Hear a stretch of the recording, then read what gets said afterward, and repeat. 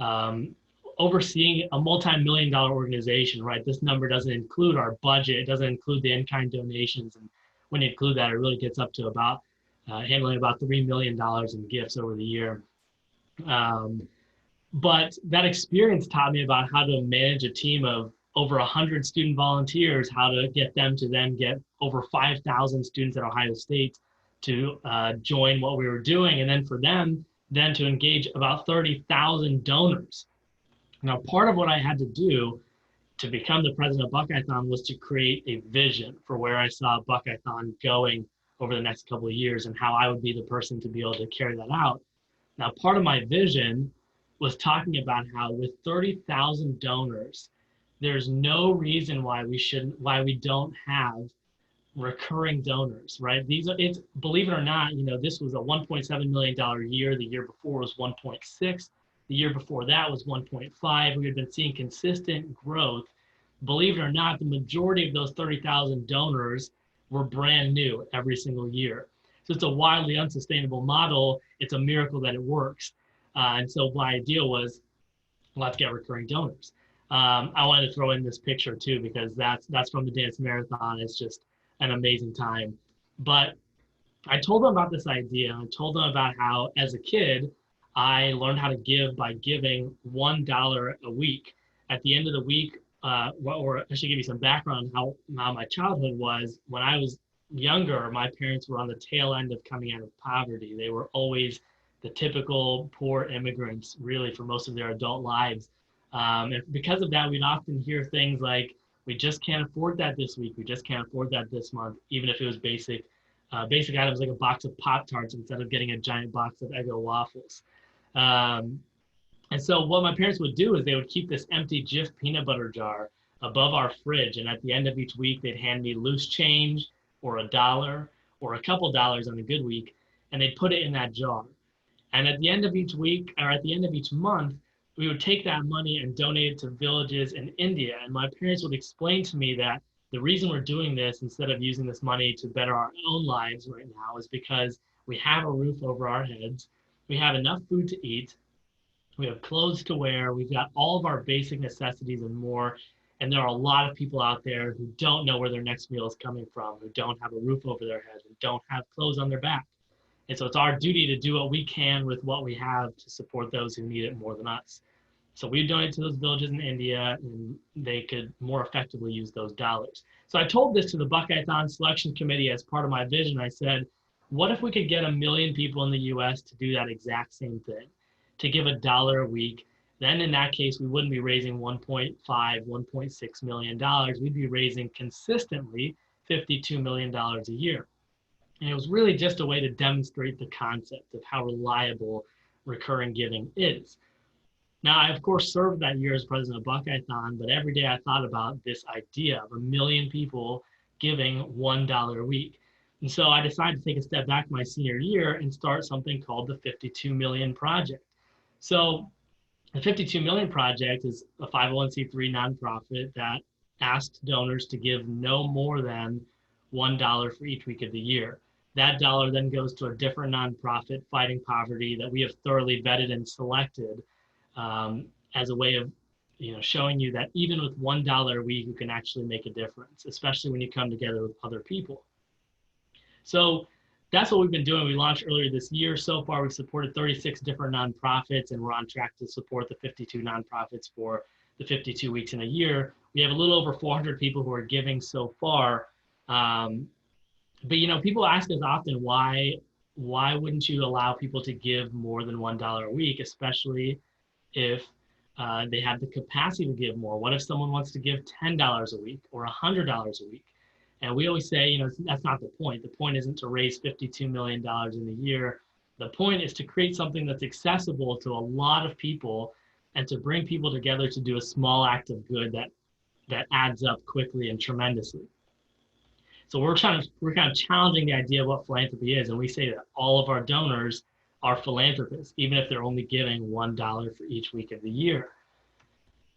So I want to talk about the technologies that allow for something like this to happen. What are the technologies that allow for a purely digital organization with no in-person event that it centers around for the potential to create a 1 million person fundraising campaign. And I like to say that, to put it one way, you couldn't make a donation on your watch 20 years ago. We're in a totally different world of fundraising than we were 20 years ago. This is literally somebody could walk, if we were, let's say, having a tabling thing in downtown Columbus, somebody could literally just touch their watch to a device and make a donation. Now, I had to dig a little bit more into like the timeline of the internet really, and this goes beyond when I was even born. I'm a 97 baby, but this goes back to 1995. And this is really the beginning of the commercialization of internet. And part of that is because of SSL certification, which basically just allows people to make secure financial transactions online. Now, in 1995, with less than 10% of the US using the internet, it's a growing trend. By the early 2000s, you had over 50% of America using the internet.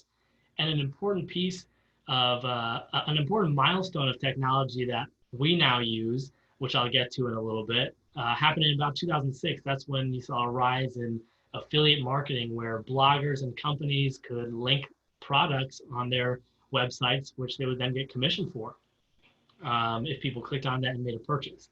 2006 is also the point where we had about 70% of Americans using the internet. To put that into perspective, now we have 90%. So almost 15 years later, and we've only seen a 20% growth, but there are still 10% of Americans who don't have internet. But as it relates to peer-to-peer fundraising and what the 52 Million Project is doing by trying to get a lot of people to do a small act of good together, this is peer-to-peer fundraising. In the early 2000s, that's walkathons, 5Ks, and other activity-based programs, even like Buckeyethon, the dance marathon, where you're soliciting checks and cash from your friends and family to sponsor you as you're participating in this relay or this walk or a 5K, whatever it might be. Now, you could obviously donate online back then, but that wasn't a point where people felt secure with making donations like that online, at least not on a grand scale. Fast forward a couple of years to 2010s to now, peer-to-peer fundraising can be done entirely online using referral links. So that's where something we built out before we launched the 52 Million Project comes into play. It's called secondary impact. So this is kind of a play on that whole affiliate link marketing. When our donors start giving their $1 a week, they all automatically get generated a sharing link. Now, this is our way of saying that, yes, we know that some people are going to want to give more than $1 for each week of the year. We know that some people can absolutely afford to and feel compelled to, but that's not the point. Right? The point isn't to raise $52 million a year. It's to get 1 million people engaged in a small act of good together. So when people get these sharing links, they can then share them with their friends and family, and they can see how their impact multiplies. So this is just a little screenshot of what it looks like, and it's still a minimal viable product, and we're still building it out to be better. But you can see even for me right here, I haven't given my full 52 yet because I'm giving monthly, which is the most affordable option. And I've referred 16 people, and they're either giving monthly, quarterly, or they've given their full $52 amount. But I can see that for myself. I can see that because of my referral link and because of the minimal effort it took me to share that link with other people, my impact is now over $400 for the year, 10 times more than what I've done on my own. Now, what that allows us to do is create a web of how our donors are multiplying their impact. So this is just an example, and if I were to map mine out, it would probably be a lot bigger. But you're seeing here that if I were to only refer 2 people and one of them then refers 3 more and one of them refers 1 more, again, my individual impact, because of doing something as simple as sharing a link, my individual impact is $52 a year. My secondary impact, because of referring Nick and Felix here, is $104 a year. And if I want to go beyond that, look at tertiary impact, my impact is $208 a year.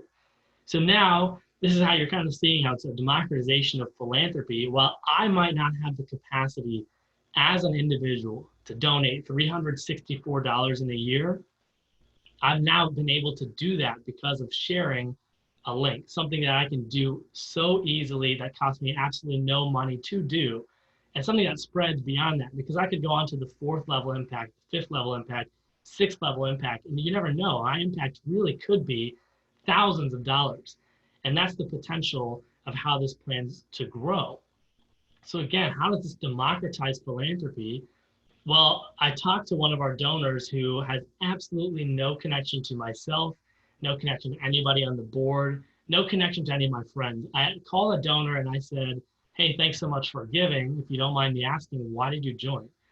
And he said, well, $1 a week is about all I can afford to do right now, but I still want to make a difference. And that's why this is so important, the whole democratization of philanthropy, because, from my privileged standpoint, it feels like so many, like it feels like $1 a week should be nothing to a lot of people. But for a lot of people, that's not the case. So a lot of people can't even afford to donate $1 a week. And for a lot of people, they can only afford to donate $1 a week. So for someone like him, that donor, he's gonna then be able to share that impact link with his friends and family, which again costs him absolutely nothing.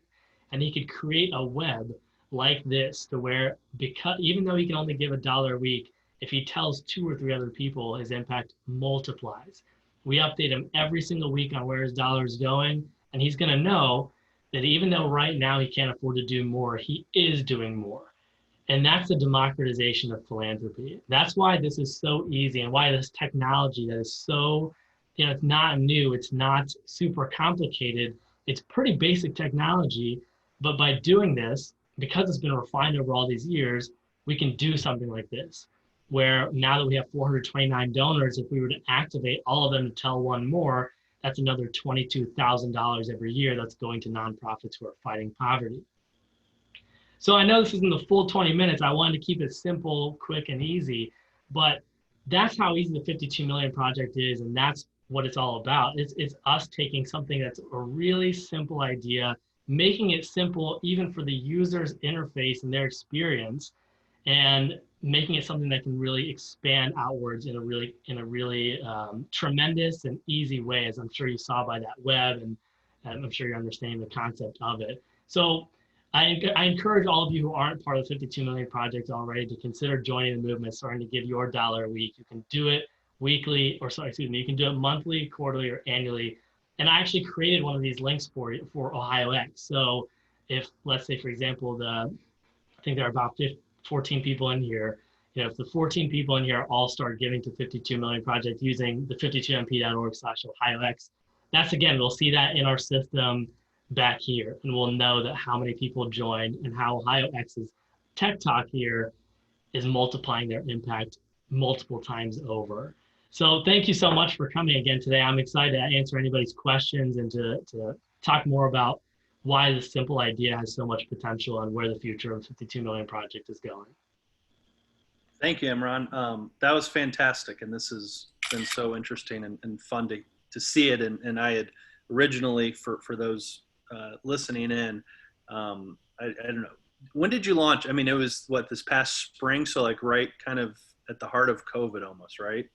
Yeah, we launched in January, and things looked a little bit different then. Like we made some changes in Q2, and I mean, I like to think that our real launch was more like June. Like that was when we had a meaningful change to what it looks like right now.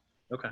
I'll start off with a question, and then please others feel free to unmute yourselves and interact and ask away. But you mentioned, what is it, 36? Was that a number of nonprofits that you've worked with? So say people are doing the $1 a year, so $52.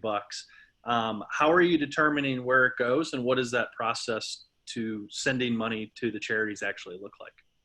Yeah, that's a great question. So about half of the nonprofits we're supporting right now are based out of Central Ohio, because the vast majority of our donors right now are based out of Central Ohio. So that's kind of our way of showing them that we're supporting the community that they care about. The other half, so these nonprofits are all fighting poverty, and we vet them by looking at their financials to make sure that they are financially responsible and not overspending on anything here or there. We're looking for impact and the ability to tell their story, because we want our donors to know that their dollars are making a real difference. A nonprofit that can't tell their story well, or just hasn't told their story at all, is not going to make our donors feel very secure. Now, beyond that, as we look at nonprofits who are in the Midwest and Northeast, we have a list of nonprofits who have been thoroughly vetted by Charity Navigator and who have a 4-star rating. So Charity Navigator looks at 17 different criteria in depth and then gives those nonprofits ratings. So our nonprofits are of the highest quality across the country. We work with them and let them know they're going to be receiving $1 for each of the donors we have. plus $1 for each new donor we get each week. And then afterwards, we're able to send the money to them pretty immediately. We send it to them a few days after the week before ends. And it's unrestricted. We tell them that we know that you know how to use this money most effectively. For example, we supported the Mid-Ohio Food Bank, and a donation to them can turn into 10 times worth of food. So we even matched that week. So we ended up creating about $8,000 worth of food that week, despite only having 400 donors. So that's kind of how we select them and how we distribute the funding. Awesome, thank you. I have a few more, but I'll let others hop in with any questions that they might have. And I know there was some Q&A, and Keith joked that when you were born in '97, he had already been building websites by then. So Keith always with a bit of levity. Any questions on this?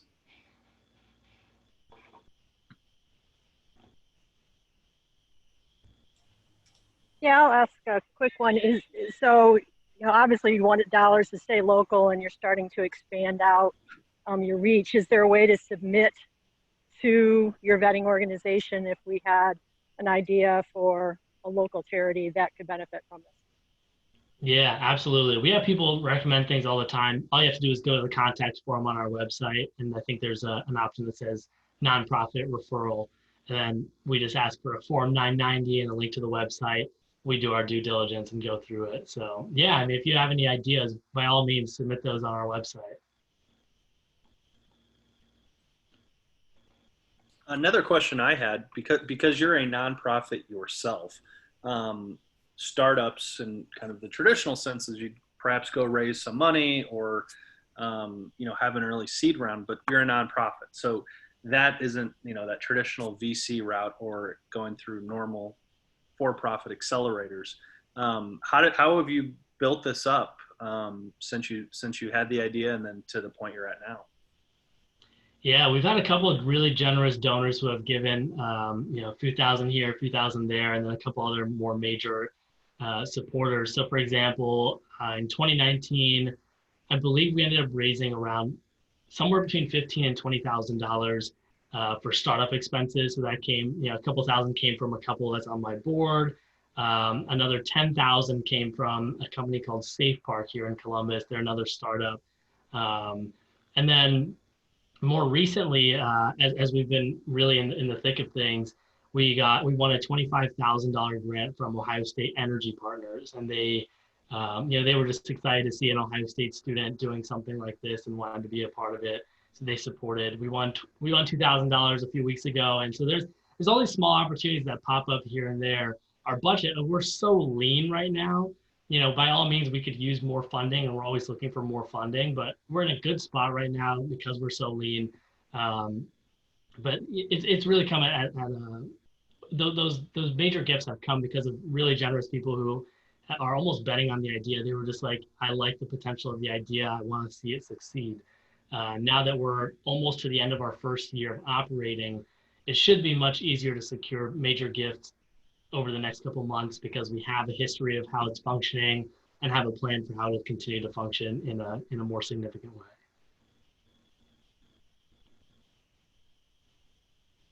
Hey, Imran, this is Steve Ramos from Cincinnati. I have a question for you too, and congratulations on the 52. I really applaud the values, driving your enterprise.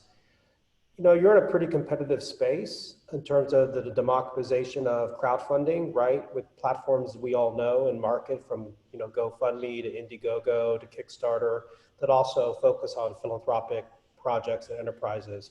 So what do you think is the differentiator for the 52? What separates you from, say, an Indiegogo? Yeah, I think the big differentiator for us is the limiting people to giving $1 a week, right?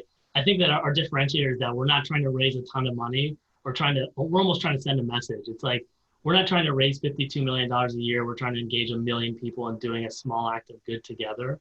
And I think that because we limit our people from giving, it's like, it doesn't matter if you're a millionaire or if you're a college student that is literally broke. Regardless, you're the same in our eyes. And I don't think there are very many, if any, nonprofits out there who can steward every single donor exactly the same way, regardless of who you are. But really, if somebody wanted to start a campaign on their own, on GoFundMe that says, hey, I want to get 1 million people to give a dollar for each week of the year. I want to get 1 million people to donate $52 for the year. They totally could. I think for us, it's not about being viral and making things happen overnight. It's more about building something that will last and will create, will be established, that has good ideas, that has responsibility, and is able to do that effectively. I would say too, like, those campaigns that happen on GoFundMe and Indiegogo usually have a timeline. And for us, our timeline is infinite, but it's also like we want to engage people. I guess we're trying to engage companies too, right? Like, so we're trying to get companies get their employees engaged so that every year their employees are like, oh, it's that time again to support the 52 million project and to give my dollar a week. So yeah, I mean, it's not to be honest, it's not an incredibly compelling piece of information that makes us different from the competitors, but a lot of people feel called to it anyway. Great, thanks. Hey, it's Ari here. So I have a question for. Wait, can you hear me? Yeah. Sorry, I thought my microphone was plugged in and it was on mute, but it's not plugged. Never mind. Okay. Anyhow, so how do you deal with like the microtransaction problem of, because if it's like $1, right? It's, what is it, 3% plus 30 cents. So, your margins are just getting crushed there. How are you thinking about that? Yeah, so that's why we don't allow our donors to actually give $1 for each week of or like $1 a week. It's either monthly, quarterly, or annually. And most of our donors actually do the full annual amount. They also I think 96% of our donors cover their own transaction costs, which is a huge help to us. There's research out there that shows that when you're on a donation page and there's the option to cover your transaction costs, if people have to click into the option, about 60% of them will do it. But if it's as a default, if it's already clicked, about 90% will do it. So for us, that really small change of having it automatically opted in for covering their cost allows us to have 96% of our people covering that. So it's not a huge worry for us. Plus, when you're only giving $1 for each week of the year, adding on that extra transaction cost is pretty minimal. Got it. Okay, makes sense. I have a question, Imran, about your tech a little bit. Like, I made a donation a week ago, and it doesn't. So this is like a customer support call. It doesn't show that I've made any donations. Like, my lifetime donations are still 0. And but when I go to my donations and orders, it does recognize that on September 3rd, I made that donation. Is that just a timing issue? Is that just your scrappy startupishness, or what do I make of that? That's interesting. I've actually never heard that one before. So we're gonna have to connect afterwards and figure out what's happening. Yeah, because I didn't have any impact, but that's okay. I'm happy for you to take that money and go buy some beer, and No. No, I have a more serious question though. Have you talked to or looked at Pledge 1%? I have actually. So they're an interesting one. I think that I really want to create a partnership with Pledge 1% because they engage so many different companies. Right, that's what I was thinking. If they could funnel those companies into 52 million project and be like, okay, you want to pledge 1%, get your employees engaged in 52 million project, and then match your employees' gifts. That would be huge. And it would be huge for us because we're getting a lot more people to join. It wouldn't be a huge commitment for them because, again, it's $52 per employee, and their employees are only donating $1 a week. It's a great idea, though. Yeah, I think so. That's interesting that some of the most prominent people, famous people on earth, it seems, are touting that thing. And it seemed like it'd be an interesting fit. So cool.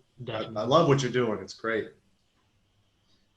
And that's an interesting question about the corporate side. Is that something that you've been focused on? We're seeing if corporates will match their employees dollar for dollar, or say you go to a company that has 200 employees and then they'll they'll do it 200 times over for the year? Or are you just trying to stick with individuals and kind of back to your mission of allowing anyone at $1, but it has to be an individual impact?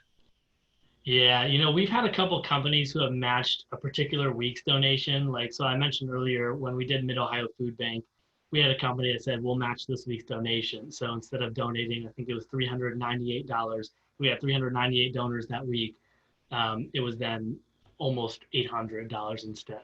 So we had a company do that, and that's one option for them to sort of affordably give back as a company. And that was a really small one, because for us, right now, we're at a point where we're asking companies to match a $400 donation, not a $10,000 donation, not a $25,000, $400.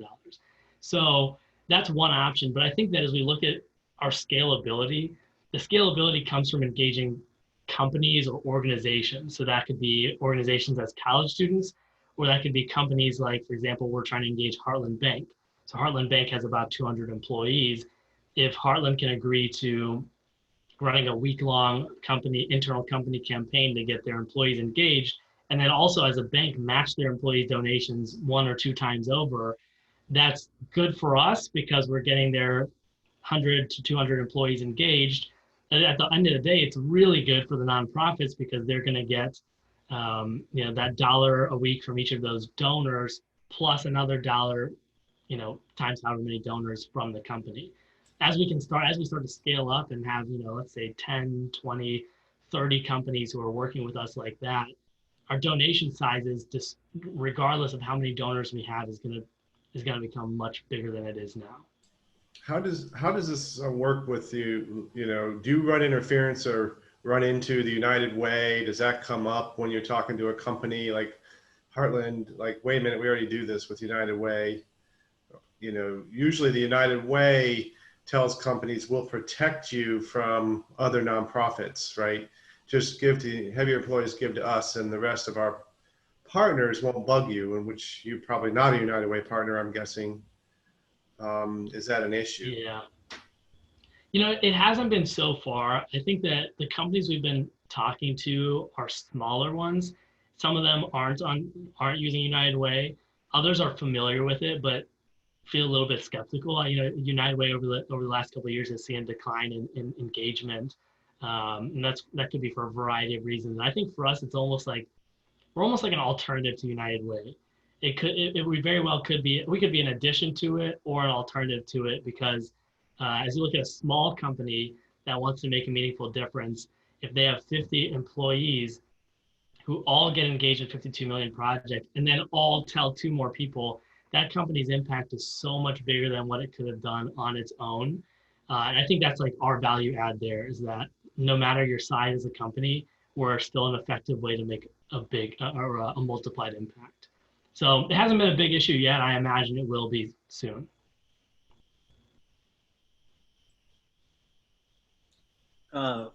So it's the 52 million project. Is that 52 million Americans, or as you're expanding from Central Ohio to take on the rest of Ohio and across the United States, will you try to go into Canada or elsewhere? And so I would say that's one. And then 2 is, say you hit 52 million and you get those million people giving $52 a year. What is kind of, have you thought of what's next, and where do you go from there? Yeah, that's a great question. Yeah, so the 52 million is 1 million people giving $1 a week, and there's 52 weeks in the year, so $52 million a year. That kind of like I think that's like our way of like centering around a goal and saying that, yeah, it's like, this is the goal we're trying to reach, and help be a part of it, be one of 1 million. I think as we reach 1 million, we're not going to stop, and we're not going to limit people from joining anymore. I've thought a little bit about it, and I've thought, maybe it's going to become, now we try to get 52 million people across the globe engaged. We're trying to get 52 countries to get 1 million people to give. Honestly, I'm not sure yet. I think we're so far from that right now that it hasn't been a big concern, but it'll be an exciting day to reach that point, to be like, okay, we've gotten 1 million people, literally 0.3% of the US population engaged. At that point, I'm sure we could venture into other countries where something like $1 is still significant. That's, I know, a single unit of currency isn't the same, is not as valuable in a lot of different countries. But yeah, that's a great question. Honestly, I don't know the full answer yet.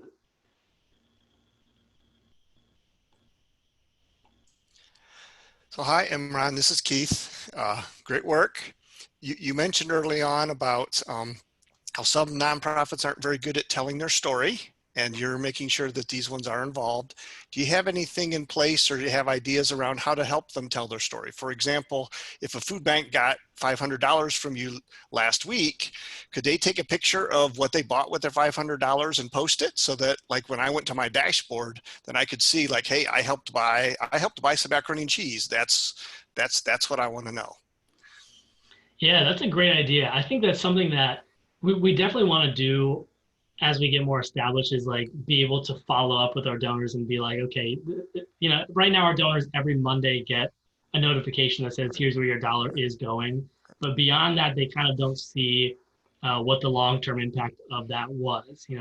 That's something that we plan to put together into an annual report at the end of the year. Is here's how your dollars made a difference throughout the year.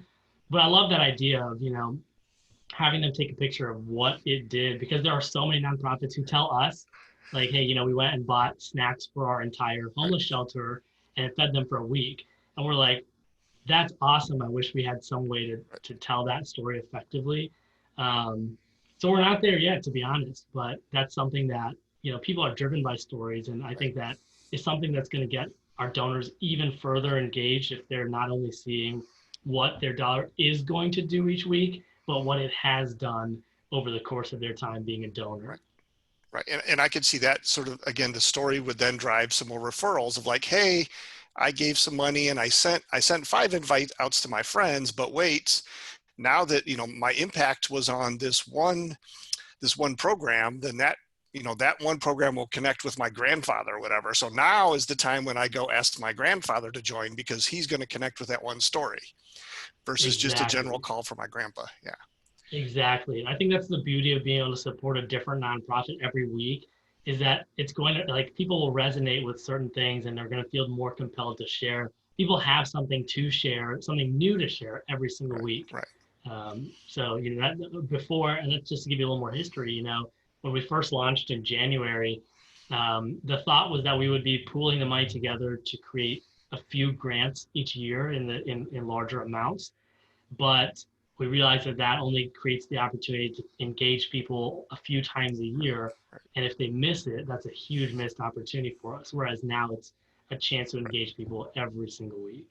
Yeah, because again, that's part of your shtick, is making people think about it as a weekly activity versus $52 a year. I'll bug you every 12 months, right? You want them thinking about it every week, which means you probably need to be feeding them a story every week. That's exactly right. Yeah. And we're doing our best to do that now, but there's so much more we can do to follow up on the impact. Yeah. Cool. I'm not sure if there's more questions, but one thing I did with about 14 or 15 minutes left is invite anyone, whether it's part of a question or on a different topic. If there's something, things to announce, new product launches from companies, things that are working on, those types of things. This is a forum for that too. So by all means, consider to do that. Imran, another question from me, because I find this really fascinating, is how much of the network effect can, so say Keith and I are both signing up, but we're in the same group of friends. Is there ways or thoughts of building out almost as like a gamification or like competition to refer more friends and have a bit of a leaderboard where we're racing to see how many people we can get to sign up and give that, the $52 pledge? Yeah, that's something we've definitely talked about that a lot, is turning this into a competition, because it's so easy to do. We've thought about doing it with universities, talked about doing it with organizations within universities, doing it within companies, things like that. I think as you get like that overlap between, like, if you're in the same friend group and you're getting that overlap, I haven't thought too much about that. That's an interesting question. How do you reward someone for getting to their friends first? I don't know, to be honest, but the leaderboard is definitely something that we want to put into place, is rewarding people, externally rewarding people for putting in the effort to share with their friends and family and to yeah, to make it a competition, a friendly competition to do more and create more impact. Thank you. Any other thoughts or questions? I know Randall, before he left, asked if I was monetizing the shirts. We did. We raised money that way. We raised probably $1,000 over the past year selling shirts, and we haven't been selling them the last couple months. But that actually paid for us to apply for 501c3 status, selling these shirts. So I'll have to connect with them later and send them one. That's great. And so could you put up that screen with the OhioX giving link? Because that's Absolutely. something that on our end, we'll absolutely post and encourage folks to, as a recap to today's event, to this is a resource and this is really cool. So yeah, Chris, and I did it, and it was a very easy and delightful process. So it was very, it's very clean tech. It was very easy to do. So well, that's another inspiration for. So who's helping you with it? How are you building this? Are you the one building the site and doing it all, or do you have help with it? So I have 2 part-time employees. Both of them are related to marketing and branding. One of them is our VP of design. The other one is director of digital marketing. And I mean, I'm sure you can tell, like, our brand is pretty clean. It's pretty refined. And we know that creates a sense of trust. It was really intentional to have 2 people help out with this. And they've been a huge help, honestly. Like I'm not the best designer myself, even though I want to be. But yeah, those 2, Nick and Shannon, have been amazing help. And Shannon is continuing. She was actually an intern for us this past summer. She's continuing to work part-time this fall semester as a student at Ohio State, managing our digital presence.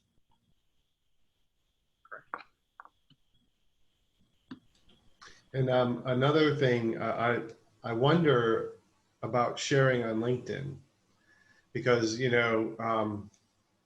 it's really taken off, and I know I can copy the link and do something, but you didn't hard bake that in, and I just wondered if there was a reason, or if you prefer we didn't share on LinkedIn, or. Oh, you can absolutely share on LinkedIn. Honestly, LinkedIn's been one of the most effective ways for us to get new donors. I think people love seeing a way to do good when they show up on LinkedIn. So yeah, by all means, please share. I'd love to see that. Yeah, and at the OhioX LinkedIn, so if folks don't follow it, it's just OhioX on LinkedIn. I took a screenshot of during the presentation when this slide came up, but we'll tag the 52 million project and Imran, you as well, and so which I'll happily join and pledge to be part of it too. So thank you for creating that. We hadn't even talked about that, so that was a nice surprise. Yeah, of course, no problem. It's that easy. All right. Any other final thoughts or questions, either for Imran or anything people are working on that they want to share? We have a few more minutes, but don't want to keep folks if that kind of wraps it up. Awesome. Well, thank you everyone for joining. As I mentioned, this was the first we've done this. So Imran, thank you so much for putting this together. Really appreciate it. This was really interesting. And thanks everyone for joining. This was a great back and forth. So this is the kind of stuff that we're hoping to every month have. And so we're excited about introducing new technology or innovation topics and ideas and projects that are out there. So you can always go to ohiox.org and we'll have it in the events section. We'll probably be releasing the one for next month in the next either end of this week or early next, and look forward to having more folks involved. But we'll be posting about the 52 million project on our LinkedIn and Twitter. And Imran, thank you so much for sharing and participating today. So we really appreciate it. Yeah, of course. Thanks again for the opportunity. And to all of you, thanks so much for joining this afternoon. Awesome. Well, thank you everyone for joining. Have a good afternoon, and hopefully we'll see you next time. Thanks so much.